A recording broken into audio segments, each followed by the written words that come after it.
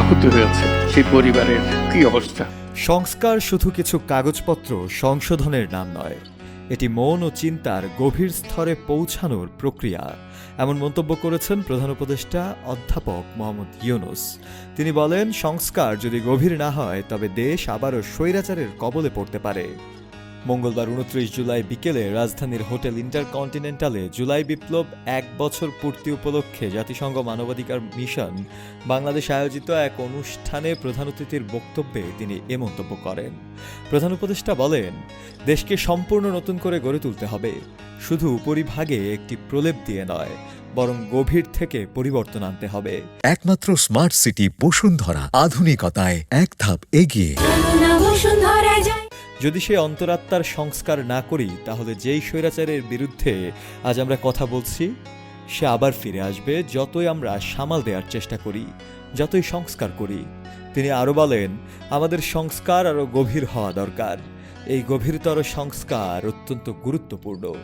জুলাই গণহত্যা প্রসঙ্গে প্রধান উপদেষ্টা বলেন, এই ঘটনার বিচার এমনভাবে করতে হবে যেন রাষ্ট্রীয় ক্ষমতা ব্যবহার করে আর কখনো জনগণের কণ্ঠ রোধ বা ধ্বংস সাধন না করা যায়।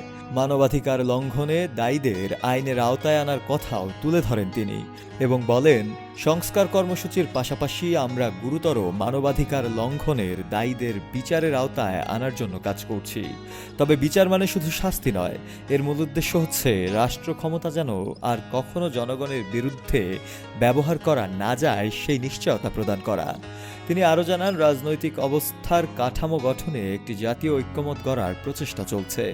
এই ঐক্যমত এমন একটি ব্যবস্থাকে নিশ্চয়তা দেবে যা হবে অন্তর্ভুক্তিমূলক, অংশগ্রহণমূলক ও বিশ্বাসযোগ্য নির্বাচন নির্ভর।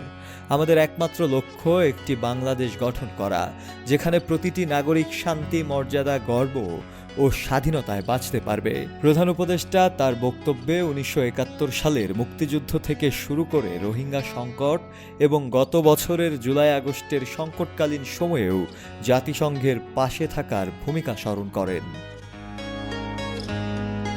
শফিউল মাওলা, কালের কণ্ঠ।